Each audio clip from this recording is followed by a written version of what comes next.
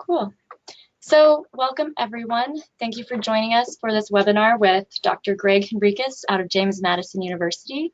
We're very excited to have him today and to be exposed to his expertise. I'm going to give a quick intro in a second, but first I'm going to repeat that you are muted.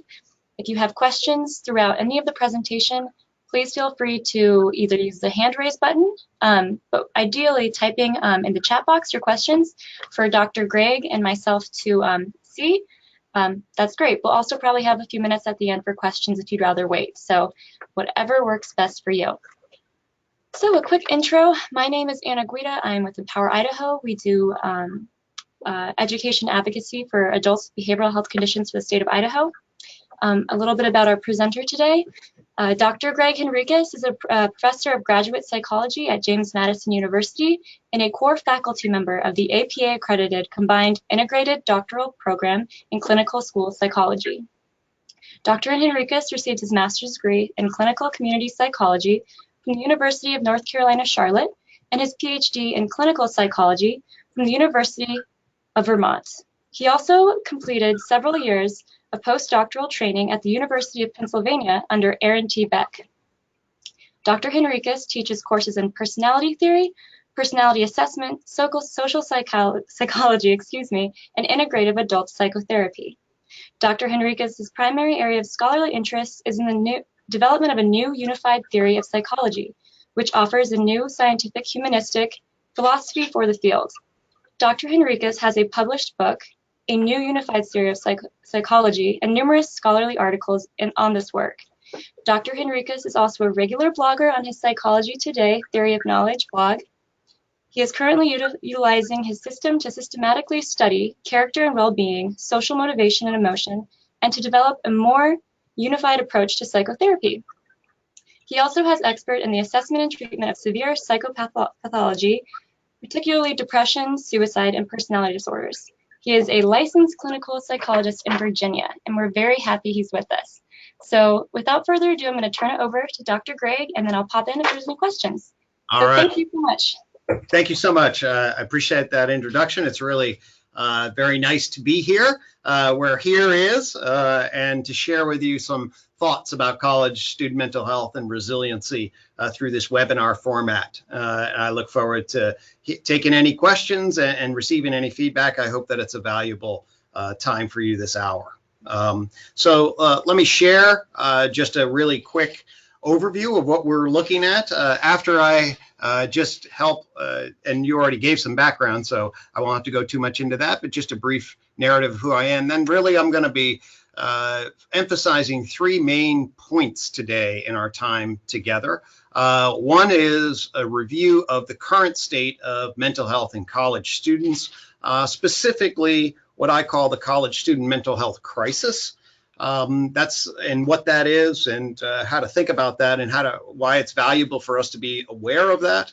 I'm going to then dialogue about possible causes of the college student mental health crisis, including reasons why emotional resilience might be down in particular, and then to just offer you a basic frame on psychological mindfulness that could be or offered both in a psychoeducational format, like at a college well-being seminar, like we have done, or in your counseling work or anything. It provides a basic framework for thinking about sort of the psychosocial context for processing negative feelings called CalmMO.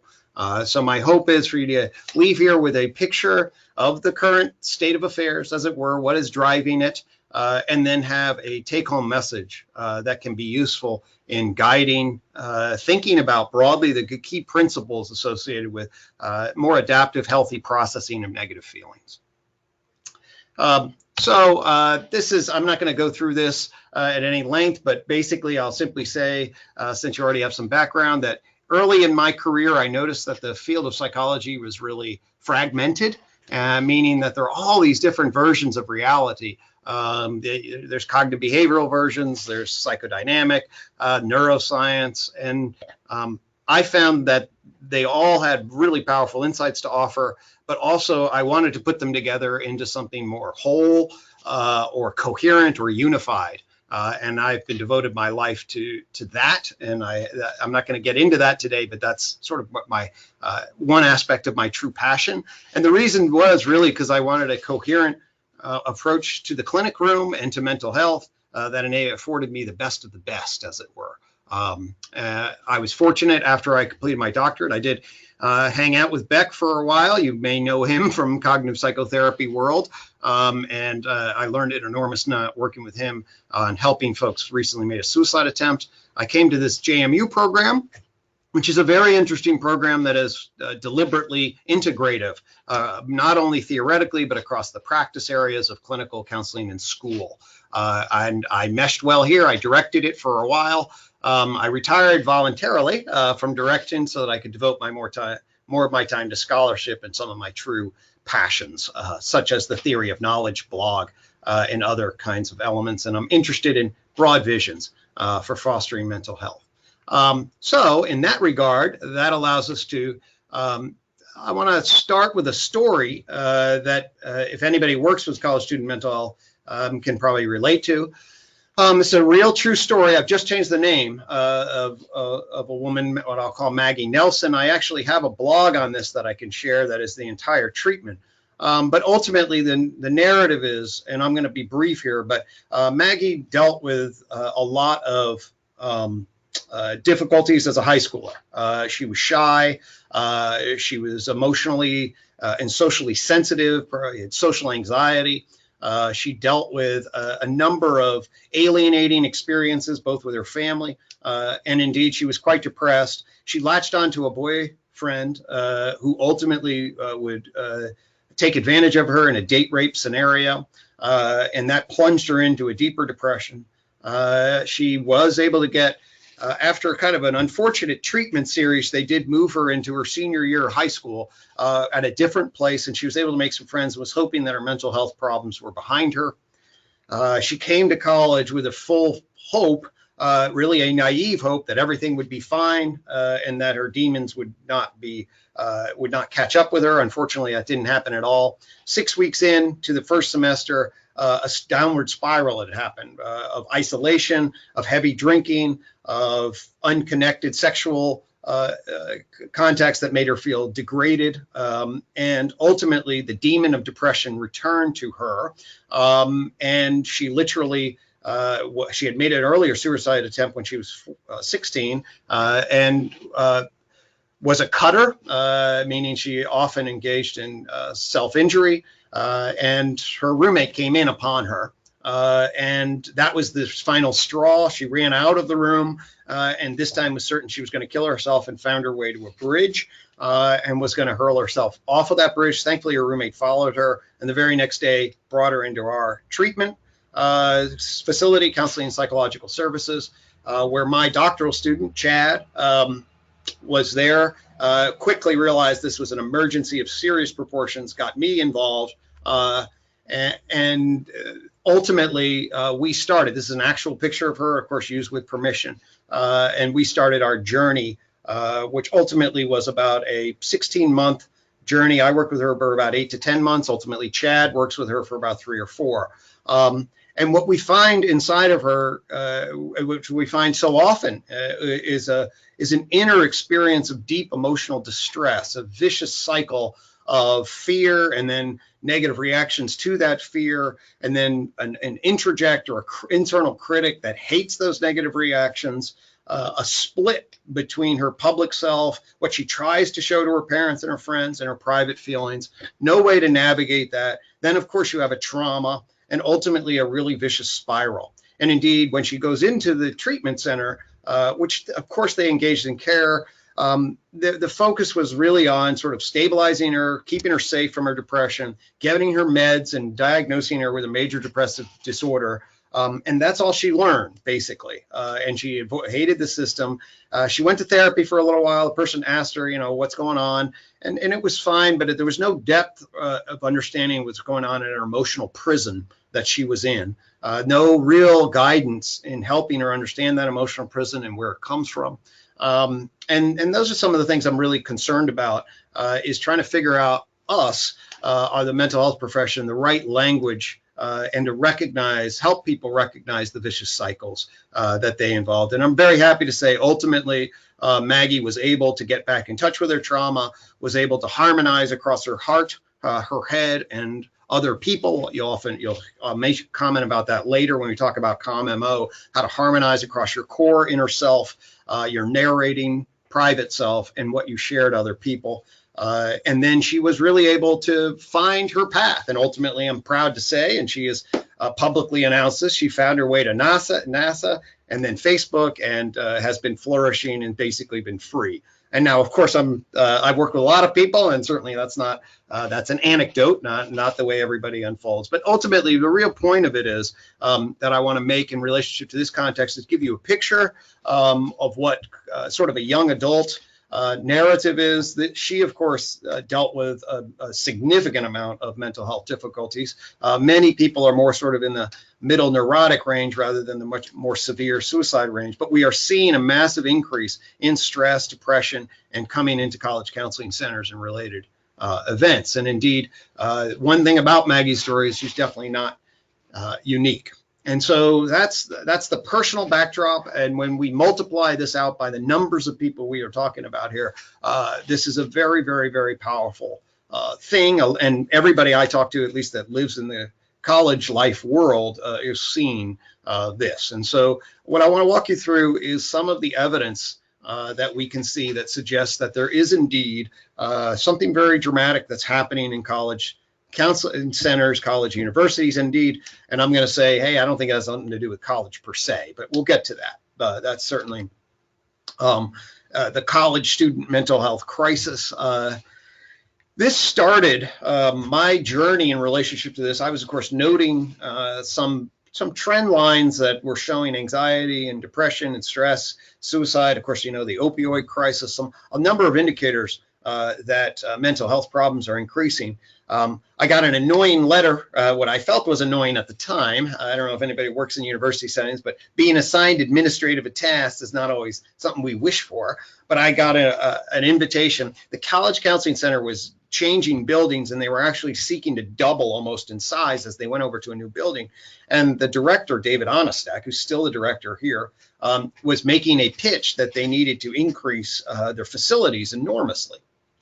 And so he made a very compelling case. In fact, he pointed to an almost 200% increase since the year 2000 in the demand for services. That's a double. Our university had increased by like 15% or something. So that's an almost doubling of demand for services. And that, by the way, was in the context of lots of reduction in advertisement and claiming that the services then were short and meaning more short-term and brief. So they reduced their advertising, reduced their connection, reduced their visibility, and they were seeing a 200% increase over a 10, 12-year period.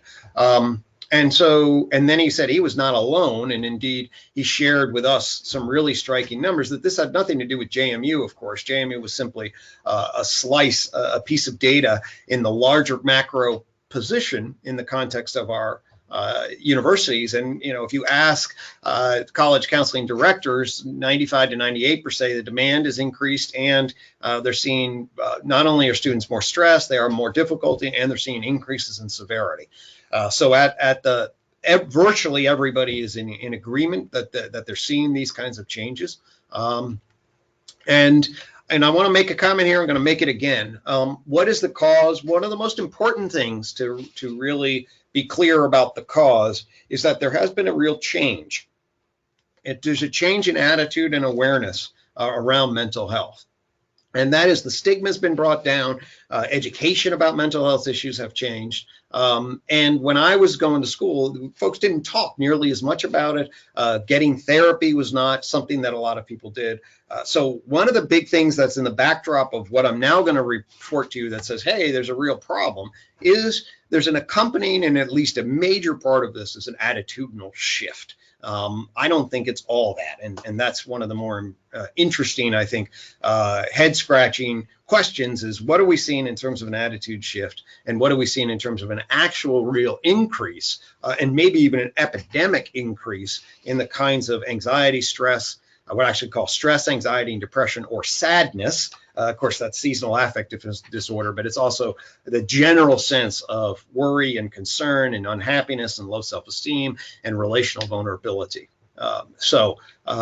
There are, if you take self-report measures, we are absolutely seeing that a number of major indicators, if you ask people about what's going on, actually, I should say here, in 2015, found the fewest numbers describing them, and actually in 2017, actually, for the first time ever, less than half describes themselves as being definitely emotionally healthy. So are you very emotionally healthy? Less than half said true to that. And more than half said they might be interested in gaining therapy. So that's a really striking indicator and a dramatic difference over the last 20 years. When we ask, there are numbers of massive surveys. These are hundreds of thousands of individuals, 50,000 individuals, and ask questions like, how often do you experience that you are overwhelmed by stress? This is 2015 data. I've got some later data that shows trends continuing. But in 2015, 34% of the college freshmen overall report feeling frequently overwhelmed by stress. Now, if we look at women in particular, where some of the higher strikes, although both sexes have been, the number of women reporting this was 42.5%. When the question was first asked in the exact same way, that level was 18%. Okay, so in terms of a cohort comparison, all right, here's the cohort from the 2010s when it's being taken versus the 1980s. That's a very, very dramatic, of course, difference in terms of people at least self-reporting that they're overwhelmed by stress. And in similar fashions, there's reports in relationship to experiencing overwhelming anxiety. Of course, stress and anxiety are pretty close.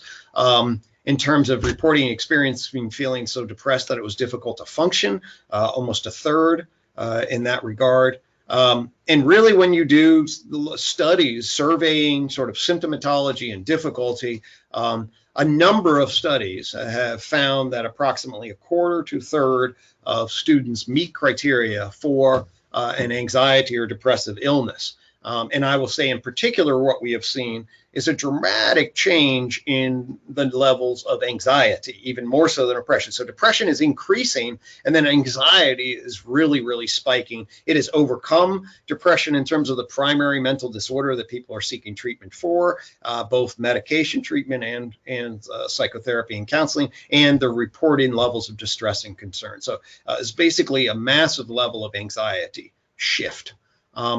But it is not just sort of neurotic behavior patterns or worries, although those are indications of severe problems. We are seeing a real increase in the levels of suicidal behavior.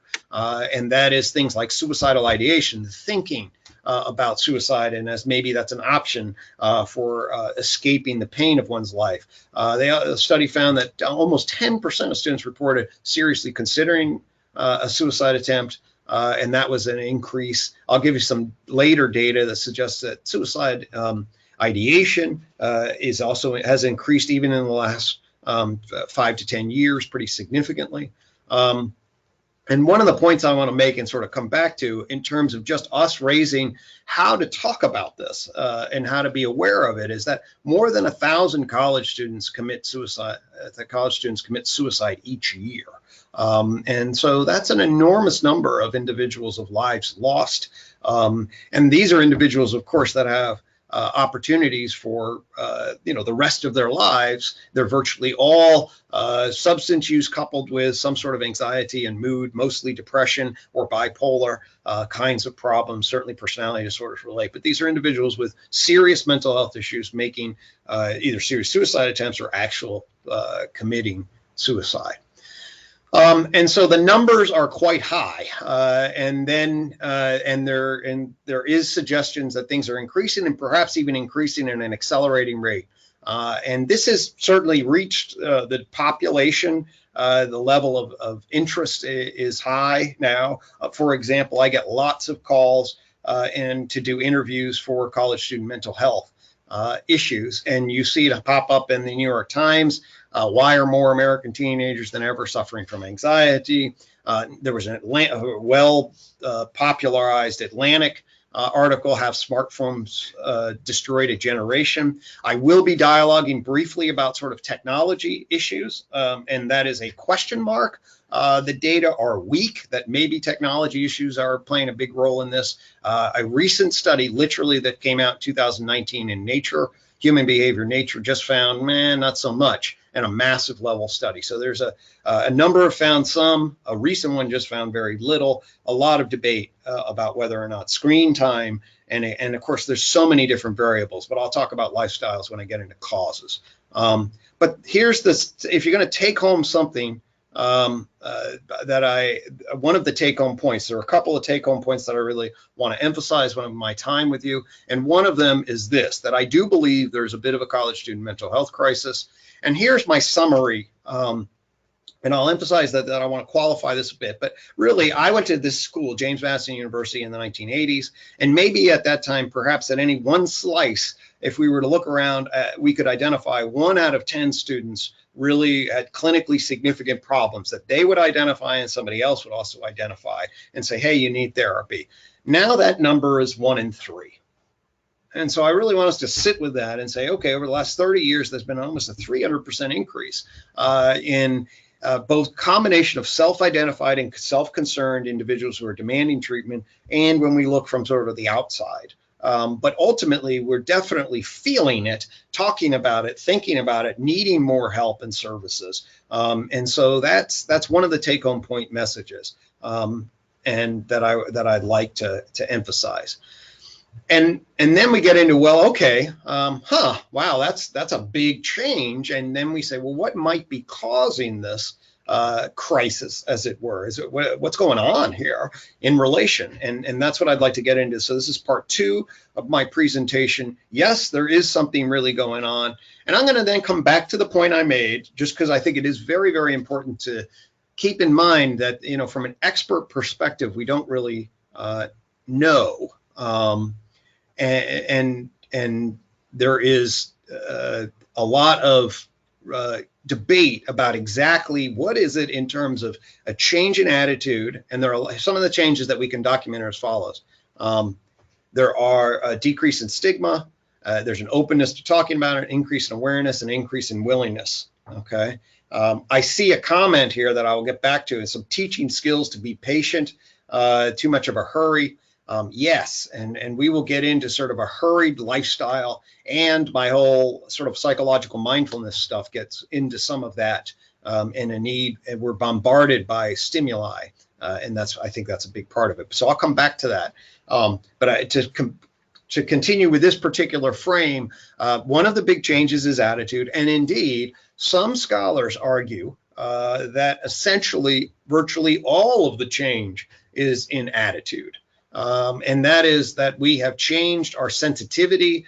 We've changed our definitions of what anxiety and depression is. So now if you're a little stressed, oh my gosh, that's a problem. You got to get your treatment. What exactly are the data that support smartphone trouble? Well, it's debatable. And so I just have some links here that there are some people that argue that this is a myth, that there really is not an emerging epidemic. What we're seeing here is a change in attitude and a willingness and a desire and a demand even for treatment, and an openness about it. And really, when you look at people's fundamental functioning, hasn't changed that much. And again, my message is this is an important piece. I put it here twice because you can't overlook this. But actually, when I take this into consideration and still look at youth and changes, I'm convinced that there's something more going on. So it's both and a change in attitude, which I think therapists and mental health awareness has opened up. In fact, we've seen, of course, a huge wave of social change, emphasizing inclusion and diversity and acceptance across a wide variety of different things that used to just be seen as other. You know, we had sort of normative and really white male normative notions about what was okay, and then everybody sort of funneled into that, and everything else was deviant. Mental health, now the pressure, wait a minute, we need to reduce stigma, we need to open it, talk about it. That's part of the wave here, but not the only part by any stretch. So here, for example, what this is an NIMH data set that goes from 2004 all the way up to 2016. And what you see on it is not an unbelievable, what this is a literally strict diagnosis of major depressive disorder based completely on a full clinical interview. And so this is, and what you see on the top line there is meeting criteria for a major depressive episode. And then at the bottom line is meeting criteria for a moderate to severe impairment. So really shut down and deep, deep trouble kind of deal. And so one of the things I want to point from 2004 to 2010, 11, 12, you're not seeing a huge increase in that. And so that's notable. However, of course, if we look from 2008 to 2016, the numbers that are meeting criteria are almost 50% increased. So they meet criteria about 8%. They are now above 12%. The empty markers just mean that the data have not been finalized and cleaned, but that's where they're estimating based on the first run. So from 2008 to 2016, that's if that trend line continues or even just flattens out, a 50% increase in the diagnosis of depression is significant along those lines. Here we have a similar kind of comparison. So now I'm really honing in on the 2008. In fact, Jean Twenge is a researcher who did the smartphones. She points to 2008 being an important year. That's one of the reasons I used it here. So this is college student data based on, I don't remember how many tens of thousands of individuals. So it's a very, very broad and I think pretty good survey. And these ask certain kinds of questions that I was alluding to earlier to give you a sense of the change in the last 10 years. So the question asks, to what extent have you experienced overwhelming anxiety within the last 2 weeks or any of the past year? And really, as I mentioned before, anxiety more than anything else has seen a real increase. So you see from 19% in 2008 saying they had experienced overwhelming anxiety to almost 30% of students reporting overwhelming anxiety within the last 2 weeks. On a massively large survey. That is a striking figure. And then when you say any in the past year, 60% have overwhelmed, meaning they're dysregulated by it, they're disrupted by it, they're functioning, at least for that moment, hour, day, week, whatever is off key and is impaired and they don't know what to do about it, more than half. And again, up from 2008, which we've already, by 2008, remember, we're seeing a massive increase since the past. So not only is it increasing, but maybe even accelerating. That's a serious cause for concern. We shift over to depression. We see a 50% increase in the last 2 weeks experiencing depression so difficult that it's hard to function, 15%. And then the last year, go from 30% to 39%. So to me, if somebody reports these kinds of issues, yes, there's issues of attitude and openness and sensitivity, thresholds, all of that. But this is a strong data that this generation and cohort has changed. We know that 2008 was already in the midst of it, and we're seeing an increase. We see similar kinds of increases, not as much, although the numbers themselves are a little scary. To what extent have you felt very lonely? Almost a third. Individuals feeling very lonely, and within the past year, 63% feeling very lonely. We know some great work has been done on some social psychologists and others about, loneliness itself, the experience of loneliness in terms of your physical health is more detrimental to your physical health, or certainly is equivalent as smoking a pack of cigs a day. It completely sucks enormous amount of emotional positive energy. When we are enormously social creatures, we need social fulfillment, and the experience of being lonely is brutal. And especially if you're feeling lonely and you're feeling negative emotion and you don't know how to relate. And of course, that's what gives rise to really being trapped. And that suicide is a good indication of how profoundly trapped some people might be. This is a seriously considering suicide within the last week, a doubling. And this is in the last 10 years, in the last 2 weeks in this finding. So 1.3, more than double, 2.7% are saying that they're having suicidal considerations actively. And then you see any in the past year, almost another doubling. And that's in the last 10 years. So, anybody says, oh, well, we're just changing kind of our attitudes and things like that. Well, we're not changing our attitudes in relationship to seriously considering suicide. I think any mental health professional is going to agree across the spectrum that by the time a child or a young adult is saying, yes, I think I'd be better off dead, and I'm actually considering seriously making a suicide attempt to end my life, that's a very, very serious story to pay attention to. And these numbers point to, yes, I think we're seeing a real change in the level of severity. And this is not just some sensitivity dynamic, although that may be part of it. And there's some other indications. So now I'm going to shift gears a little bit and say, yes, okay, so what is causing it? Clearly attitude change. But actually, when we hone in and ask more specific questions, the answer is, yeah, attitude change, and there's real changes. And so it's real. Now we can say, well, what might be giving rise to the cause? And one of the first issues is, well, is it happening in general? I should have an updated slide here that I have. I just realized it's a little dated. But ultimately, there is a big debate also in the larger field of whether or not we are essentially living in the age of anxiety and depression. Certainly, there is a feel of that. The amount of stress and sort of the culture now has changed. We are stressed. We're haggard. We're running all over the place. This goes back to a comment about being constantly on edge, constantly broken into lots of different fragments and have all of these different stressors. I think there is certainly a sense of that. There are mixed data that support how profound that is, how definitive that is, how much of that is just sort of culturally in the air. I think the data are, yeah, there's certainly been a shift towards increased stress, anxiety, and depression overall, and that's part of it. And I'll say that actually, I could have said here, and this relates to some of the things that I was saying earlier, that in fact, the data are very clear, in my opinion, that they're seeing an increase in the young, in the adolescents into young adults. And of course, this makes it a college student mental health crisis. You go up to 40, 50, 60-year-olds, and the data is, if anything, one thing that virtually everyone agrees on is the data is far less compelling as you move up the age scale, that there actually have been increases.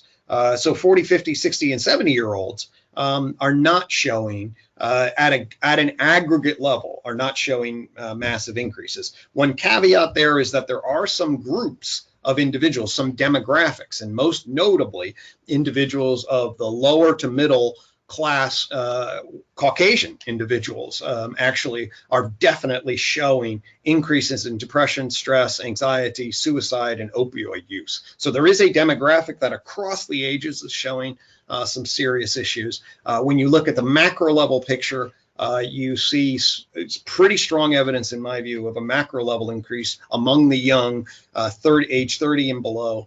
Then it starts to flatten out. But there is a gestalt picture, an overall picture that says we are living in the age of anxiety and depression.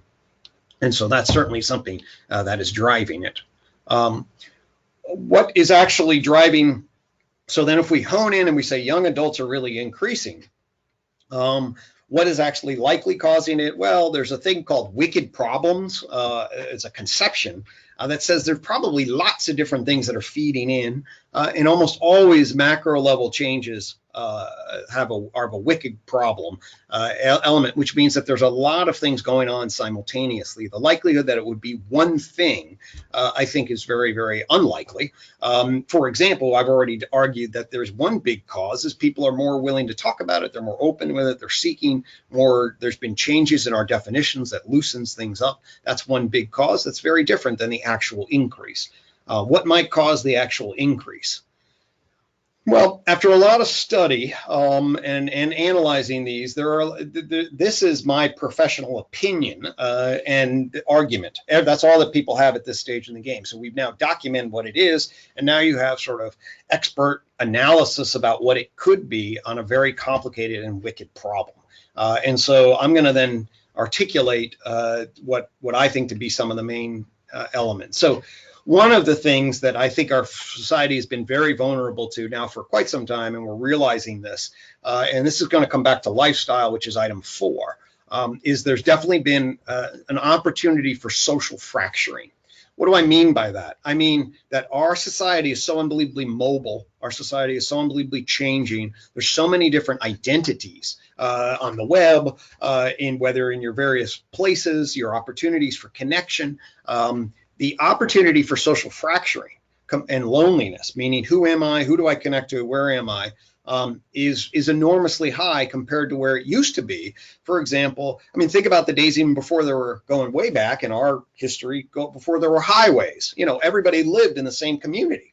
Highways created an enormous amount of social mobility. Well, all of our technology and communication is creating all sorts of movement capacity. Everybody is flying around, and now with the internet information age, we can become virtual people, essentially, Second Life, and jump all around. We have Instagram and Finstagram, and our kids do. Finstagram is your private one that tells you what's really going on in your life. I learned that. I have 3 kids myself. But what does it mean in terms of your community, your clarity of identity, who you are, the opportunities for being alone?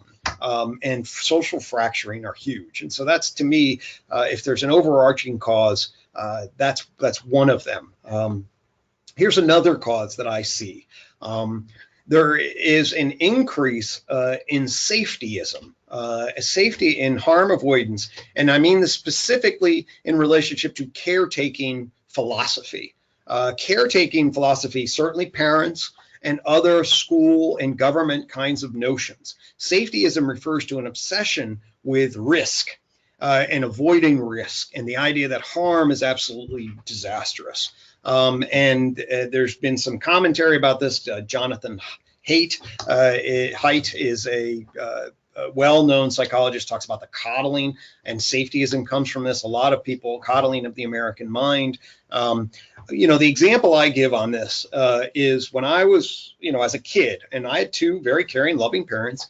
We lived up against a woods at a house, in my house, and my brother, when he was 8, when I would be 6, of course, no cell phones, we would go off into the woods, and we would trail the creek behind our woods for 4 or 5 hours at a time sometimes, and go 3-4 miles into the woods or whatever. There was a place maybe 1.5 miles back into the woods where we'd have a little camp and do all this. We're 6 and we're 8. 12, so we would leave maybe at 12 o'clock and come back at 5 o'clock on a Saturday afternoon or whatever, on a summer day. A 6 and an 8-year-old. And today, the thought of that causes people's head to explode. And I just use that as an example to say, well, where are we in relationship to our risk? One thing I will say right away is actually, if you look at childhood accidents, they've declined fairly significantly. And yes, you allow a 6-year-old and an 8-year-old to wander around the woods. They're going to fall and break their arms sometimes, and even worse. Actually, one time we started a fire. Risk happens when you allow kids to do certain kinds of things like that. And yet at the same time, what does it mean to say, oh my gosh, I'm at a soccer practice now, and my kids are 10, 12. There are parents all around. One parent's coming up to me, okay, I'm leaving my son Johnny. Here's my number. I'm going to be going to the store in 15 minutes. I'll be back, and call me if anything happens. Like, all these adults are around. We're monitoring everything and everything else. And so from a psychological mechanism perspective, if we create a bubble of safety, and suggest that, oh no, we need to protect you, and it is the environment that needs to protect you. Very basic learning essentially means that what you do in the learning system is you sensitize to negative affect. So the negative affect now, what do you do in phobias? It's essentially saying, oh, you might be worried about this, so now we're going to say, oh, we need to protect you from it. Well, that basically reinforces the original worry. So safetyism and harm avoidance combine with what's called neurotic temperament, and that just means a negative affect sensitivity temperament. So if you have a parent that's hypersensitive to over helicopter, snowplow, hover, and you have a neurotic child, the interaction there, basic learning theory would say there's an interaction and the likelihood of an increasing sort of electricity of worry and damage, and then the parent coming in and protecting that, which of course just reinforces it. So one of the reasons I like this as an explanation is because it's very, very consistent with basic learning theory. It's very, very consistent with our understanding of core mechanisms. You can document that, in fact, safetyism and harm avoidance has really changed, and that attitude, corresponds pretty closely with the changes and increase in sort of the anxiety as being by far the biggest increase. That that connects perfectly with this theory. And so that's one of the things for us to be aware of. And it is one of the things for us as counselors to be aware of, and therapists. I, of course, love therapy. I love counseling. But I think one of the things that we have been guilty on as we try to decrease stigma, as we try to create protective environments, as we try to stop bullying and do all the noble things, which of course are well-meaning. The question is, what's the meta message that we often communicate? Do we communicate a message that says, hey, oh no, we need to protect you and everybody? And what impact does that have? And I want us to be reflective about that. That's number two. I think there's a lot of good arguments that there have been a decrease in larger moral visions for character building, shared positive values. And what I have here is an excessive pluralism that leads to confusion. Back in the day, there was a pretty, I have lots of problems, like personally, with wasn't raised Christian, and I have some concerns about that. But I'm going to use the example of Christianity. In the day, people had a shared notion about what their moral and value systems were. People were organized around that, and it provided a sense of community, a sense of clarity, and a sense of organization, a togetherness. And what we have seen with really a breakdown, a very important breakdown, I might add, for lots of good reasons, of questioning of authority, of various moral visions that used to kind of constrain and control people, some racist, some sexist, all sorts of different kinds of problems with it. By deconstructing those, ultimately, though, what are we left with?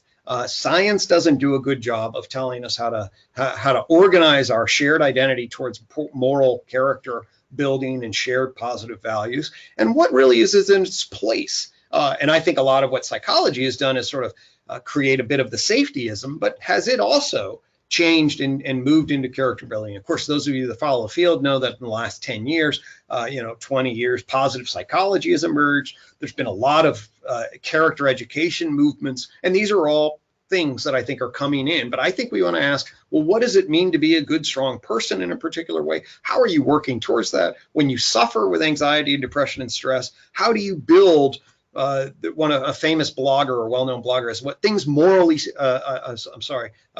healthy or mentally strong people do. I think those are good things. I think we need some serious conversation about kind of what is it to build fortitude and courage and strength along those lines.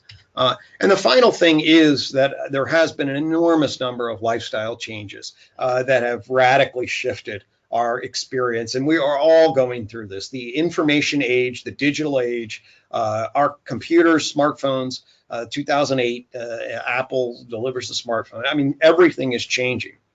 And so then the question is, well, what impact is that having? And I think the fact of the matter is it's happening all sorts of different impacts, some really great, some not so good. Vulnerable kids chasing likes on Facebook or on Instagram or whatever, that's a pathway to trouble. Of course, issues around physical activity, issues about being involved in nature, issues about exploring, like kids, the woods and things along those lines. All of those kinds of things have changed dramatically. I think nature contact is key. I think the opportunity that our screens afford kids who are socially fractured off and are potentially lonely, it just basically opens up a cavern that they can fall into. So really, my opinion is that there's an interaction here between certain vulnerable, socially awkward, sensitive kids and then the lifestyle. Many kids, of course, on the flip side, are flourishing. It's a wonderful time to be alive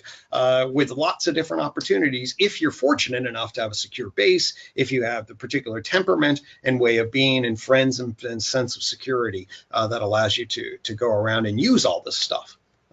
So I'm definitely a believer that everything is speeding up and that's in relationship to a comment. There's an information overload and a chaos. So those are my big four. Here are a few other pieces, and then I want to get to ComMO and give some opportunities for opening up for questions. Some concerns I have about the way we think about mental illness. I am a psychologist, so that's my bias. I do worry about what I call the disease pill model of mental health. I'm really stressed. There must be something wrong with you. Imply that there's a chemical imbalance that's fixed somehow with psychiatric meds. That's an issue. And so I think there are conflicting messages about emotions, and I'll be talking to you about how I might do it. Poor psychoeducation. My kids will go through the entire public school system and maybe get, if they're lucky, an hour worth of education on what is an emotion. We don't teach that at all. It's not part of our, we're more open and flexible in some ways in a good way, and in some ways potentially problematic in the use of diagnostic labels. Here are a few other possible things that people are throwing. I'm going to pause there and because I want to get to the COM-MO piece, but ultimately you've heard my narrative. Yes, I think we're seeing an increase. I think social fracturing and lifestyle changes, social fracturing and loneliness, a shift in avoidance culture, an absence of a real clear positive value-based thing that unites us, and lifestyle changes associated with technology in particular. A lot of other things here that are debates and possible reasons that are either directly or only are correlating with possible causes. And another, I just do want to say, I think that the moral and philosophical implications of all this are very important. Here's a point I made in a presentation not too long ago, not too long after actually there was a Republican debate that focused almost completely on terrorism and threat from terrorism. And I generated this slide of the number of people that had died from terrorism as of December 2015, and the number of people that had died based on college student suicide.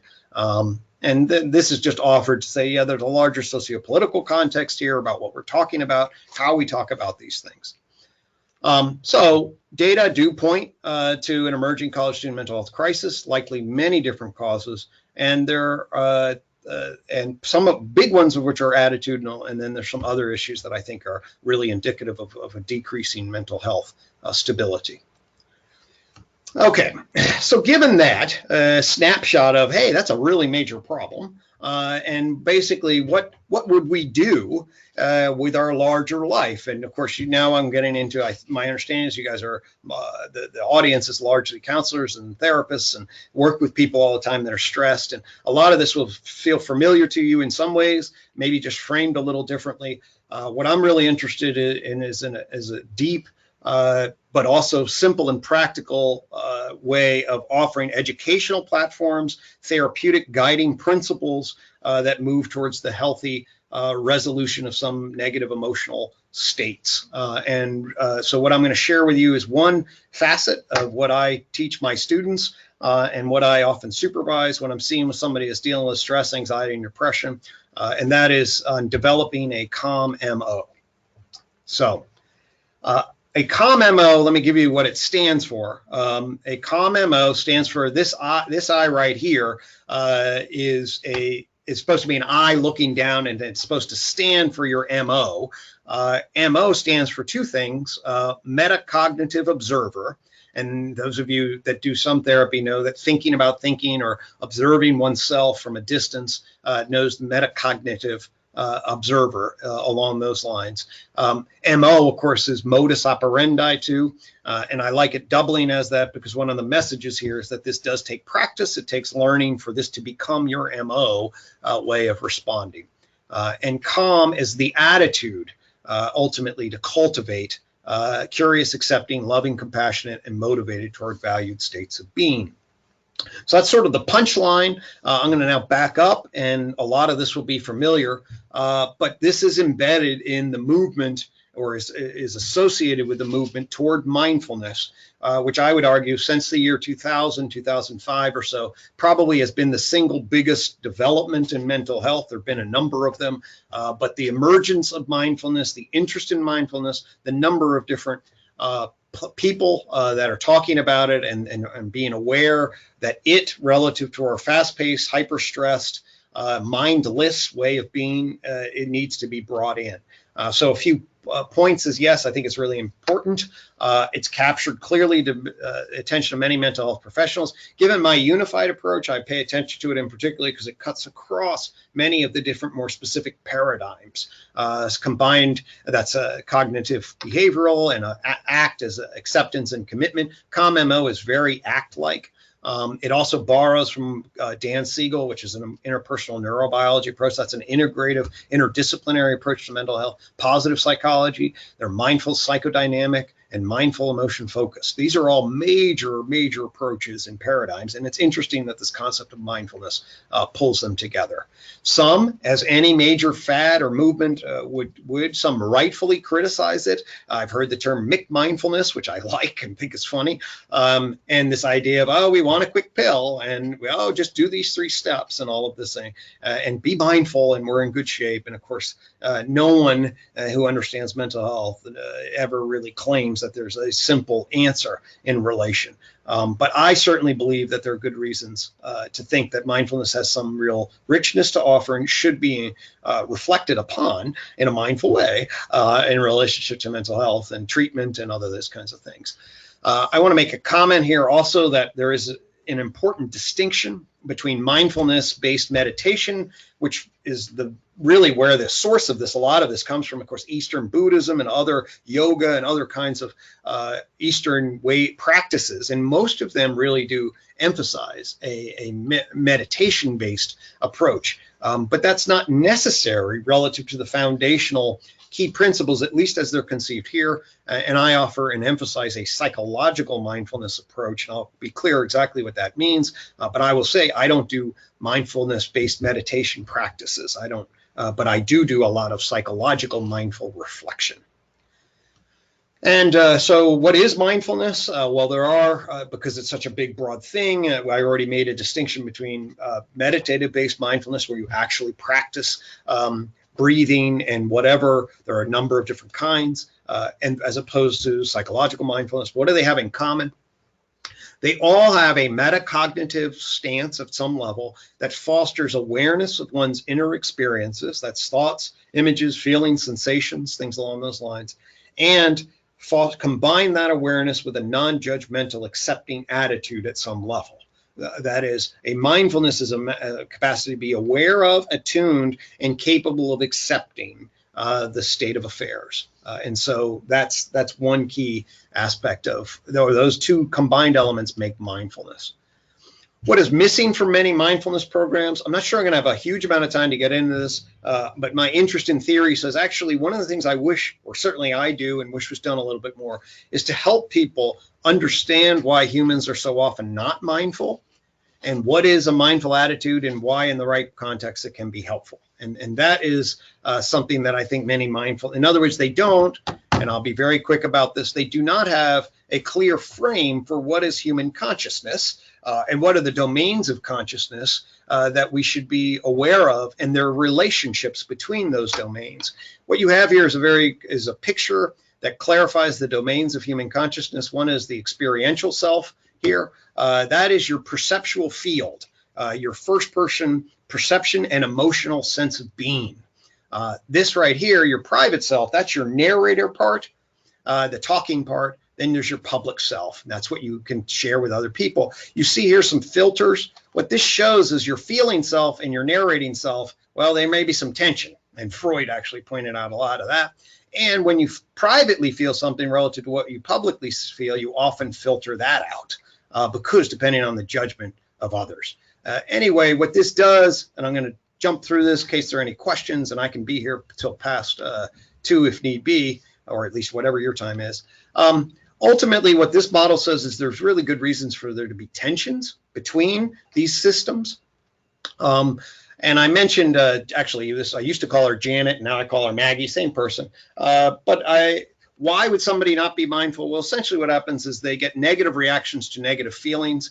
They feel horrible, and then they just want that out of there. They react in a mindless way because the negative feelings are really, really painful. Of course, then that's their narrator telling their feeling self, I don't want to look weak. I'm sick and tired of dealing with this. And there are good reasons to try to control your feelings, because your feelings don't always lead to adaptive behaviors. And in the short term, people feel that. You have to learn how to learn from feelings and integrate them for your both immediate presence and your long-term goals.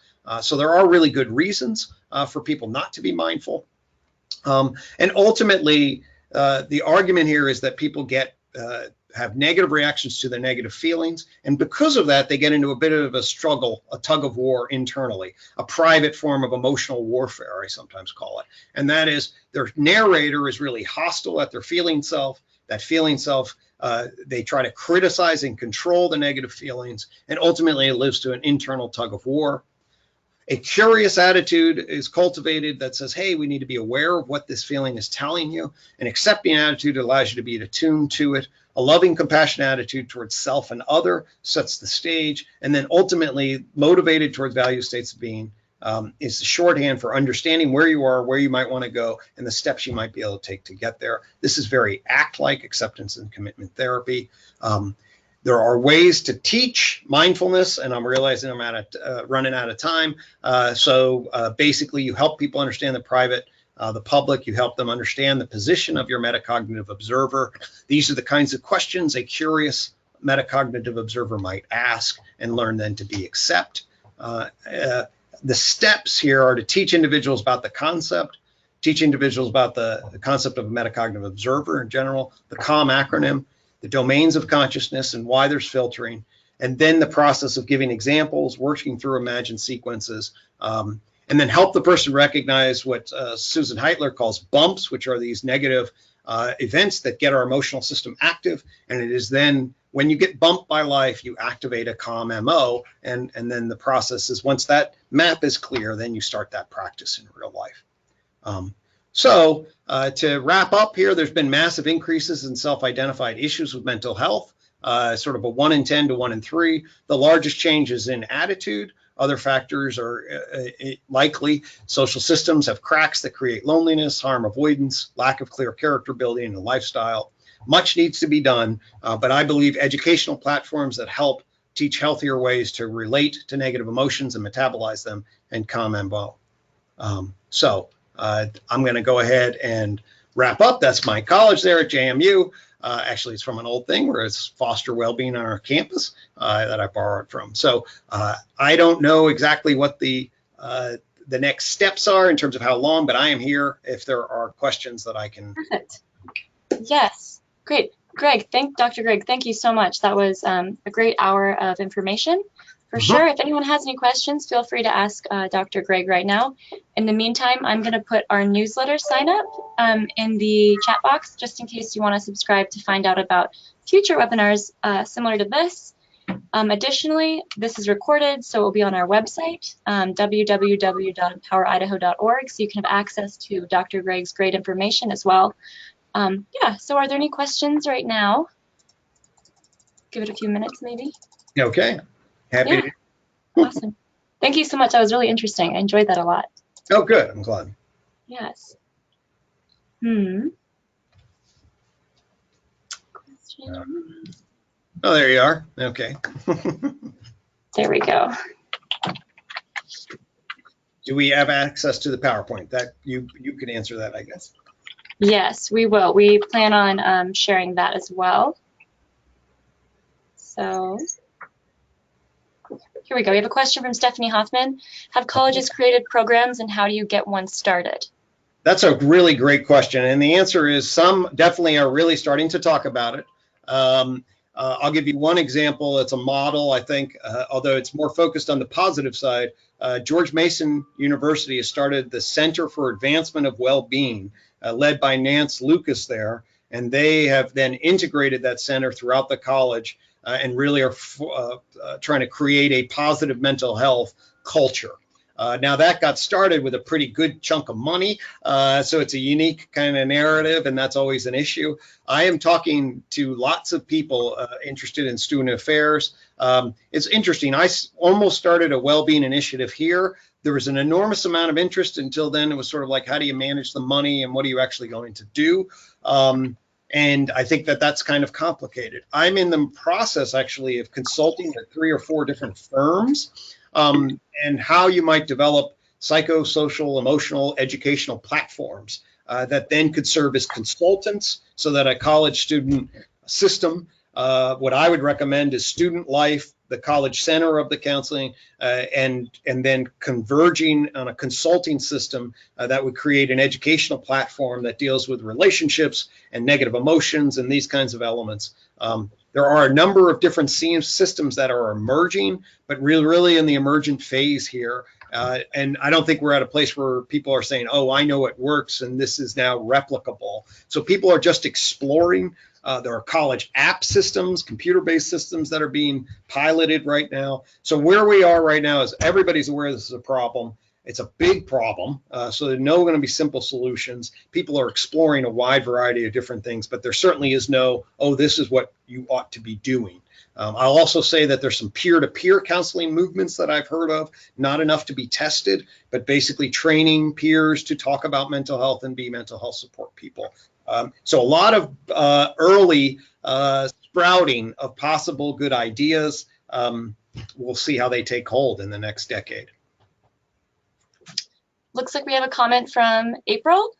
She said, I work at Boise State University and we are implementing a program here called Sources of Strength. Great. I actually have heard of that. I'd be really curious. There, it's peer-led. Yeah. Oh.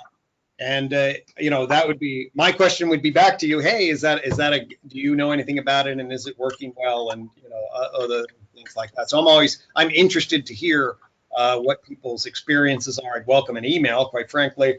So I'm trying to gather, you know, what people are trying to do because I think it's sort of the brainstorming, early implementation. That'd be great. I appreciate that. Greg, do you mind if I share your email in the chat box? No, not at all. Please do. Okay, I'll do that right now if I can find it. Okay. If I type it, does that work? Yeah, you can type it. I also just have it right now. Okay. Just real quick. So here is Dr. Greg's email for you, April. Awesome. Cool. Well, are there any other questions at this time from anybody? You're very welcome. Enjoyed you were a great crowd. Yeah. Well, thank you so much. We're really happy to have you here, and we really appreciate you spending this time with us, with our network. So Great. thank you, Dr. Greg. Yep, we'll be in touch. Okay. Bye.